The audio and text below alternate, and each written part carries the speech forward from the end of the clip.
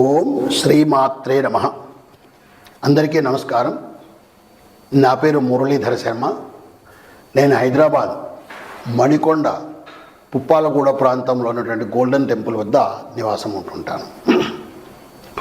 ఈరోజు మనము 2025వ సంవత్సరంలో, అంటే ఈ క్యాలెండర్ మనకు జనవరి 1వ తారీఖు వస్తుంది కదా, ఈ సందర్భంగా 2025వ సంవత్సరంలో గోచార రీత్యా ఏ రాశి వారికి ఎలాంటి ఫలితాలు ఉంటాయంటే జనవరి నుంచి డిసెంబర్ వరకు సుమారుగా ఈ టైంలో వచ్చేటువంటి ఈ కాలానికి ఎలాంటి ఫలితాలు ఉంటాయి అనేది జాతకరీత్యా గోచార రీత్యా చెప్పే ప్రయత్నం చేస్తాను. సాధారణంగా మనము పంచాంగం చూసుకొని ఈ ఫలితాలను చెప్తూ ఉంటాం. అయితే ప్రస్తుతం ఉన్నటువంటి ఈ సమాజంలో పంచాంగం అంటే ఏమిటి, అది ఎలా చూసుకోవాలి, దానిలో ఫలితాలు ఎలా తెలుసుకోవాలి అనేటువంటిది ఈనాటి యువతకు తెలిసే అవకాశం బాగా తగ్గిపోయింది. వాళ్ళు క్యాలెండర్ మీద ఆధారపడి ఉంటున్నారు. కాబట్టి ఆ క్యాలెండర్ ఆధారంగా అంటే ఈ జనవరి నుంచి డిసెంబర్ వరకు ఎలాంటి ఫలితాలు ఉంటాయో చెప్పే ప్రయత్నం చేస్తాను. మనం ఈ జనవరి 1వ తారీఖును, అంటే 1/1/2025 అనేటువంటి ఈ తారీఖును మనము మన హిందూ క్యాలెండర్ అంటే పంచాంగంతో సరిచూసినట్టయితే పుష్యమాసంలో పుష్యశుద్ధ విధియ నాడు బుధవారం నాడు ఈ 1వ తారీఖు వస్తుంది. అంటే పుష్యమాసంలో శుక్లపక్షంలో విధియ నాడు బుధవారం నాడు ఈ 1వ తారీఖు జనవరి 1వ తారీఖు వస్తుంది. ఆ రోజు ఉత్తరాషాఢ నక్షత్రం ఉంది. ఆ విధంగా ఆ తిథి నాడు వస్తుంది. ఈ 25 అనేటువంటి ఇది చూసినట్టయితే మనము క్రోధినామ సంవత్సరంలో కొంతకాలము, విశ్వావసునామ సంవత్సరంలో కొంతకాలము, 2 తెలుగు సంవత్సరాలతో కలుసుకొని ఉంటుంది. ఈ జనవరి 1వ తారీఖు నాడు, జనవరి 1, 2025 నాడు కాస్త గ్రహస్థితి ఏ విధంగా ఉందో కూడా మనం తెలుసుకునే ప్రయత్నం చేద్దాం. దానివల్ల మనకు అసలు మనం గోచారం ఎలా తెలుసుకోవాలన్నది అర్థమవుతుంది. లగ్నము ధనుర్లగ్నంలో ఆనాడు సూర్యోదయం అవుతోంది. అంటే రవి ధనుర్లగ్నంలో అగ్ని రాశిలో ఉంటున్నారు ఆయన. ఆ తర్వాత రవి చెప్పాను కదా, రవి కూడా ధనుస్సులోనే ఉన్నాడు. చంద్రుడు మకర లగ్నంలో ఉన్నాడు. కుజుడు వక్రస్థితిలో కర్కాటక రాశిలో ఉన్నాడు. బుధుడు వృశ్చిక రాశిలో, గురువు వృషభ రాశిలో, శుక్రుడు కుంభరాశిలో, శని కూడా కుంభరాశిలోనే స్వక్షేత్రంలో ఉన్నాడు. రాహువు మీనరాశిలో, అలాగే కేతువు కన్యారాశిలో ఉన్నాడు. ఈ విధంగా 2025 జనవరి 1 నాడు గ్రహస్థితి ఉంటుంది. సూర్యోదయం అవుతున్నటువంటిది ధనుర్లగ్నంలో అవుతుంది. ధనుర్లగ్నము శుభలగ్నము కాబట్టి 2025 సంవత్సరం కూడా శుభంగా ఉంటుందని ఆశిద్దాము. అయితే మనము గోచార ఫలాలు తెలుసుకునేటప్పుడు మనకు నవగ్రహాలు ఉన్నప్పటికీ కూడా, అంటే 9 గ్రహాలు ఉన్నప్పటికీ కూడా గురు, శని, రాహు, కేతు అనేటువంటి ఈ 4 గ్రహాల యొక్క ప్రభావాన్నే మనము ఎక్కువగా తీసుకొని ఈ గోచారాన్ని పరిశీలిస్తుంటాము. ఎందువల్లంటే మిగిలిన గ్రహాలు కొన్ని నెల రోజులకే మారిపోతాయి, కొన్ని 45 రోజులకు మారిపోతాయి. అలాగే చంద్రుడైతే 2.5 రోజుకే ఒక రాశి నుంచి ఇంకొక రాశికి మారిపోతుంటాడు. కాబట్టి ఆ ఫలితాలు మన మీద అంత ఎక్కువ ప్రభావం చూపి ఎక్కువ కాలం ఉండేటువంటివి గురు, శని, రాహు, కేతువులు అనేటువంటి ఈ 4 గ్రహాలు మనకి ఎక్కువగా ఫలితాలను ఇస్తుంటాయి. ఇప్పుడు అలాగే గురువు అనేటువంటి గ్రహము 2, 5, 7, 9, 11 స్థానాల్లో ఉన్నప్పుడు శుభ ఫలితాలను ఇస్తాడు. అలాగే శని 3, 6, 11 స్థానాల్లో ఉన్నప్పుడు శుభ ఫలితాన్ని ఇస్తాడు. ఇంకొక ముఖ్యమైన విషయము, శని 12, 1, 2 స్థానాల్లో ఉన్నప్పుడు, అంటే మీ రాశి నుంచి 12వ స్థానము, 1వ స్థానం, 2వ స్థానంలో ఉన్నప్పుడు 7.5 సంవత్సరాలు ఏలునాటి శని అని చెప్పి కాస్త దుష్ఫలితాలను ఇవ్వటము. అలాగే 4వ ఇంట్లో ఉన్నప్పుడు అర్ధాష్టమ శని అని చెప్పి దుష్ఫలితాలను ఇవ్వటము. 8వ ఇంట్లో ఉన్నప్పుడు అష్టమ శని అనే దుష్ఫలితాలను ఇవ్వటము. అంటే మనకు ఉన్నటువంటి ఈ 12 స్థానాల్లో కేవలం 3, 6, 11 స్థానాల్లో ఉన్నప్పుడు మాత్రమే శని శుభ ఫలితాలను ఇస్తుంటాడు. అలాగే రాహుకేతువులు కూడా 3, 6, 10, 11 స్థానాల్లో ఉన్నప్పుడు మాత్రమే శుభ ఫలితాలను ఇస్తారు. ఈ విధంగా మనకు ఏ గ్రహాలు ఏ స్థానాల్లో ఉన్నప్పుడు ఫలితాలను శుభ ఫలితాలను ఇస్తారో తెలుసుకున్నాం.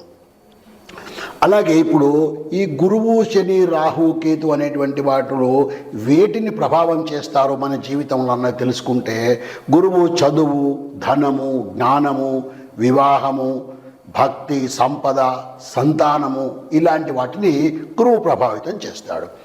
అలాగే శని న్యాయము, అన్యాయము, పనిచేసే లక్షణము, మానసికమైనటువంటి ఒత్తిడి, కర్మఫలము, ఆరోగ్యము, ఆయుష్ అనేటువంటి వాటిని శని ప్రభావం చేస్తాడు.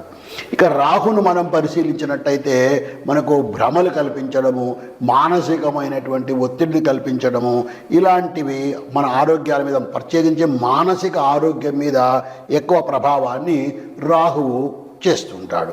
అలాగే కేతువు మన జ్ఞానాన్ని, మేధస్సును, భక్తి మార్గాన్ని కూడా కేతువు ప్రోత్సహిస్తూ ఉంటాడు, కేతువు సరిచూస్తూ ఉంటాడు. ఈ విధంగా ఒక్కొక్క గ్రహము కొన్ని కారకత్వాలను కలిగి పనిచేస్తూ ఉంటుంది.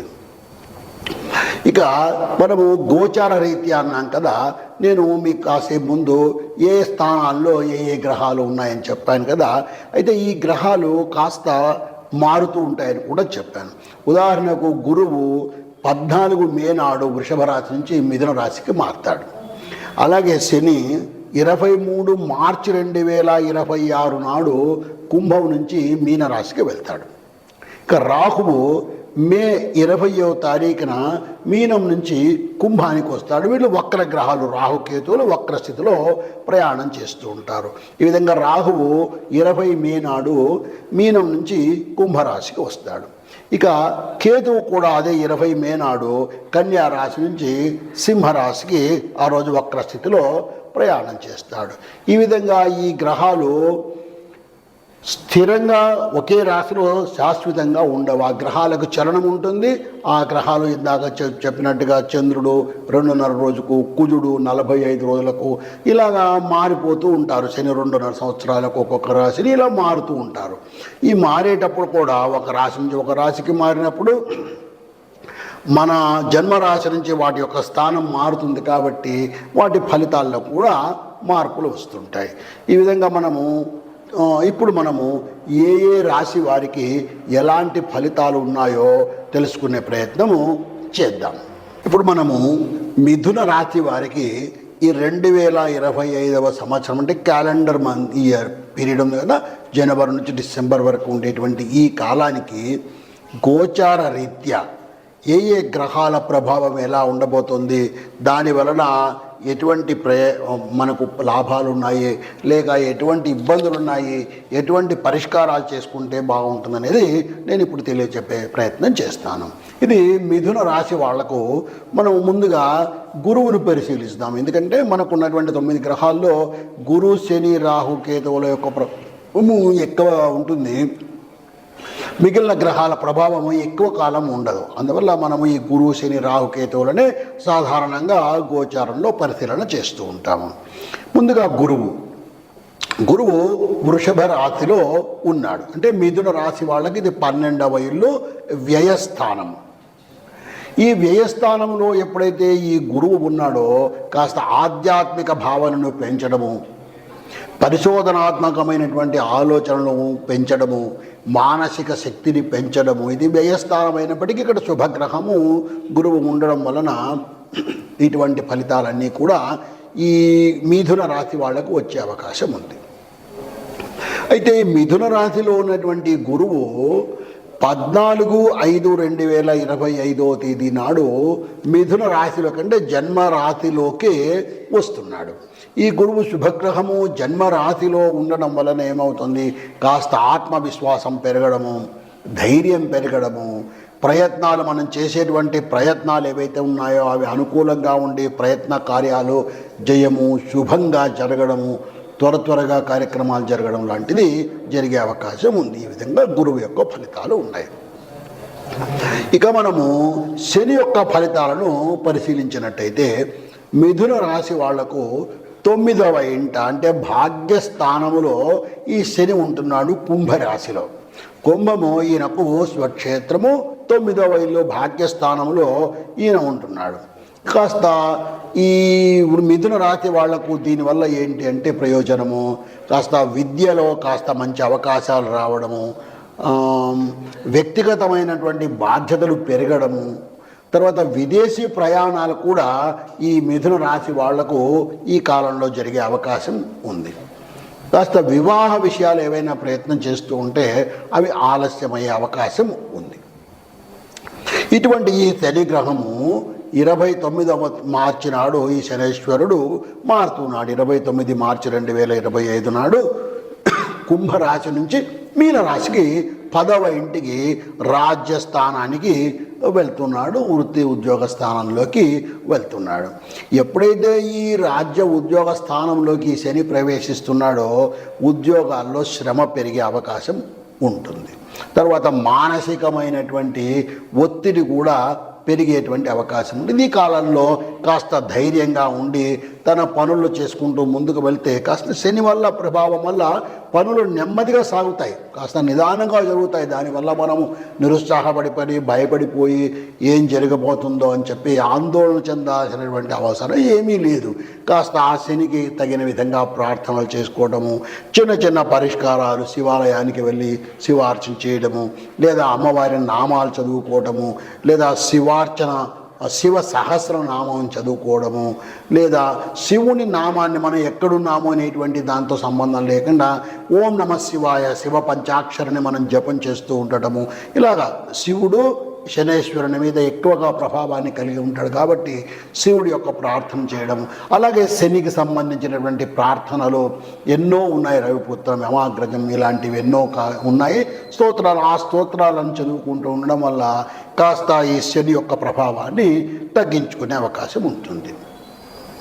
ఇక రాహువు కూడా మీన రాశిలోనే ఉన్నాడు. అంటే మిథున రాశి వాళ్లకు ఇది 10వ స్థానం, రాజ్యస్థానం. ఇందాక చెప్పినట్టుగా రాజ్యస్థానంలో ఈ రాహువు అనేటువంటి గ్రహము ప్రత్యేకమైనటువంటి లక్షణాలు కలిగినటువంటి గ్రహము, మానసికమైనటువంటి ఒత్తిడిని పెంచేటువంటిది, ఆలోచనలను ప్రభావితం చేసేటువంటి గ్రహము ఈ రాహుగ్రహం. ఈ రాహుగ్రహము ఈ రాజ్యస్థానంలో ఉండడం వల్ల వృత్తిపరంగా బాగానే ఉంటుంది, కానీ అభివృద్ధి బాగానే ఉంటుంది. కానీ ఎందుకంటే ఈయన కొత్త నైపుణ్యాలను చేర్చేటువంటి లక్షణం కలిగినటువంటి గ్రహం ఈ రాహువు. అందువల్ల మనలో నైపుణ్యం పెరుగుతుంది అంటే మనము తగినటువంటి ట్రైనింగ్స్ తీసుకోవడం ఇలాంటి వాటి వల్ల మనలో నైపుణ్యం పెరుగుతుంది, బాగానే ఉంటుంది, చేసే ప్రయత్నాలు బాగానే ఉంటాయి. కానీ ఈ వృత్తిపరంగా ఏమవుతుంది అంటే అభివృద్ధి ఉన్నా కూడా మనసు మీద ప్రభావం చూపేటువంటి గ్రహం కాబట్టి అక్కడ మనం చేసే ప్రతి ప్రయత్నం కూడా మన మీద ఒత్తిడిని పెంచుతూ ఉంటుంది. ఇటువంటి రాహుగ్రహము ఫిబ్రవరి 20, 2025 నాడు మీనరాశి నుంచి కుంభరాశికి ఈయన వెనక్కు వస్తాడు. వక్రగ్రహాలు ఇవి, అందువల్ల వెనక్కు ప్రయాణం చేస్తారు వీళ్ళు. ఈ కుంభరాశిలోకి వస్తాడు. కుంభము 9వ స్థానం, భాగ్యస్థానంలోకి వస్తున్నాడు. ఈ భాగ్యస్థానంలోకి రావడం వల్ల మనకు మంచిదే. దీనివల్ల జరుగుతున్నటువంటి చెడుపు ఏం లేదు. కాస్త నూతన అవకాశాలు పెరగడము ఇలాంటివి జరుగుతాయి, బాగానే ఉంటుంది. అయితే ఆర్థిక విషయాల్లో కాస్త మనకు బాగా ఈ రాహు యొక్క ప్రభావం వలన స్పష్టత లేకుండా పోవడం, అంటే మనం పెట్టేటువంటి ఖర్చు ఏమిటి, ఎలా జరుగుతుంది, ఆ ఖర్చు వల్ల ఏమిటి మనకు వస్తున్న ప్రయోజనం, దీని మీద ఎలాంటి క్లారిటీ ఉండదు. అలాగే మీకు ఇన్వెస్ట్మెంట్స్ చేసేటువంటి ఆ లక్షణం కనుక ఉన్నట్టయితే కాస్త మీ ఇన్వెస్ట్మెంట్స్ ఈ రాహు యొక్క ప్రభావం వలన ఆయన భాగ్యస్థానంలోకి వస్తున్నాడు కాబట్టి వీటి వల్ల కూడా కాస్త ఇబ్బందులు ఉండే అవకాశం ఉంటుంది ఈ పెట్టుబడుల మీద. ఇప్పుడు ఏం చేయాలి అంటే రాహుగ్రహానికి తగినటువంటి పరిష్కారాలు చేసుకోవడమే.